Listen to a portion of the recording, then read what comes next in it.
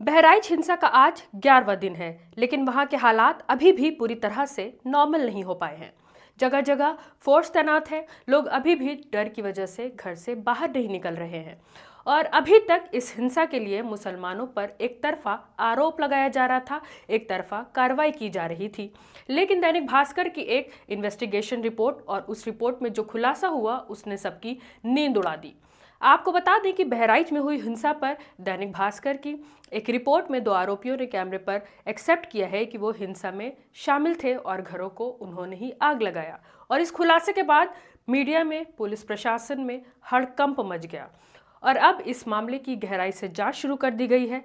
बुधवार के दिन उन दोनों को पुलिस ने गिरफ्तार कर लिया। एक का नाम प्रेम कुमार मिश्रा है और दूसरे का सबूरी मिश्रा। इस बात की जानकारी बहराइच पुलिस ने एक प्रेस नोट के जरिए दी। दोनों ही आरोपी ने बहराइच हिंसा में लूटपाट, आगजनी, पथराव की बात पुलिस के सामने कबूल की। इसके अलावा 14 अक्टूबर को हुई आगजनी का एक और नया वीडियो सामने आया है।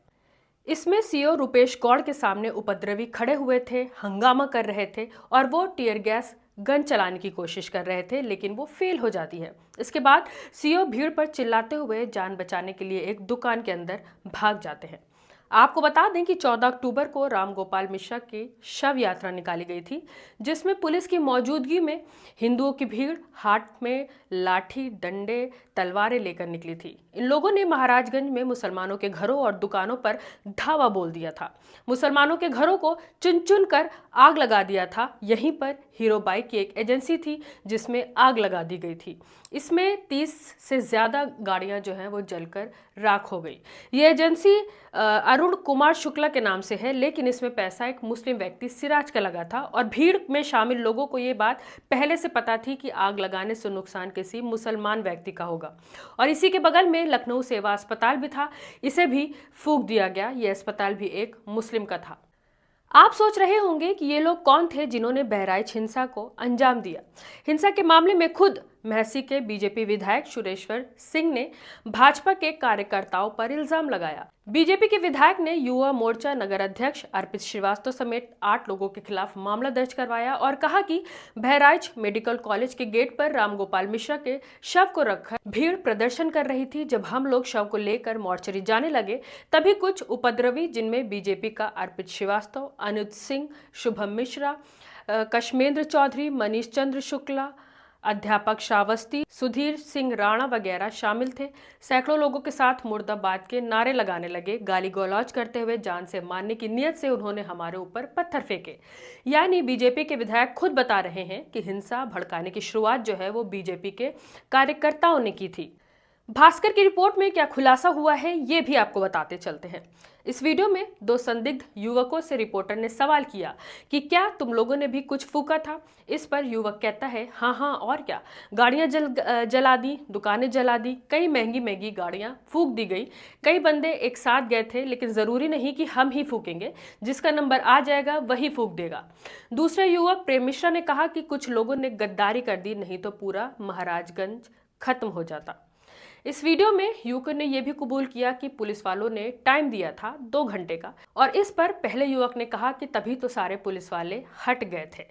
इस पूरी रिपोर्ट से यह साबित होता है कि किस तरह घटना को प्री प्लानिंग के साथ अंजाम दिया गया था और इसमें बीजेपी के कार्यकर्ताओं का पूरा हाथ था और साथ ही पुलिस ने भी उनका पूरा साथ दिया। इस हिंसा में सबसे ज्यादा नुकसान मुसलमानों का हुआ और सबसे ज्यादा संख्या में मुसलमान ही अरेस्ट हुए। और तो और महाराजगंज के जिन 23 घरों में अतिक्रमण हटाने के लिए बुलडोजर चलाने का नोटिस चस्पा किया गया था, उसमें भी 20 घर मुसलमानों के ही थे। लेकिन अच्छी खबर यह रही कि इस मामले में हाईकोर्ट ने बुधवार के दिन सुनवाई करते हुए 4 नवंबर की डेट तय की है। जस्टिस SR मसूदी और जस्टिस सुभाष विद्यार्थी की पीठ ने सरकार और आरोपियों के दलीलों को सुना और इस मामले में पहले भी सुनवाई हुई थी। हाईकोर्ट ने योगी सरकार को फटकार भी लगाई थी। जज ने कहा था कि बुलडोजर एक्शन को लेकर पहले ही कोर्ट ने निर्देश दे दिए हैं। अगर यूपी सरकार आदेश का उल्लंघन करके रिस्क लेना चाहती है तो ये उनकी मर्जी है। कोर्ट ने फटकार क्यों लगाई थी, इसके पीछे की कहानी भी थोड़ी सी बताते चलते हैं। दरअसल सुप्रीम कोर्ट ने बुलडोजर कार्रवाई पर रोक लगाई है और पूरे देश में कहीं पर भी किसी भी रिहायशी घर को न तोड़ने का आदेश दिया है। लेकिन इसके बावजूद बहराइच में 23 घरों पर बुलडोजर एक्शन का नोटिस दे दिया गया था, जिसे लेकर 3 लोग कोर्ट चले गए, जिसके बाद ये कार्रवाई हुई।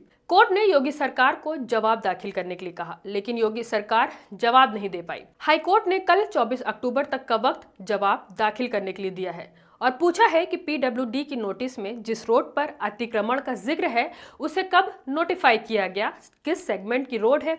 सरकार की तरफ से आपत्ति दाखिल की गई थी, लेकिन हाई कोर्ट ने उसे खारिज कर दिया। मैं हूं रूबा अंसारी और आप देख रहे थे मिल्लत टाइम्स। इस पूरी रिपोर्ट में आपको समझ आ ही गया होगा कि बहराइच हिंसा के पीछे आखिर किसका हाथ था और किस तरह उनकी मदद की गई।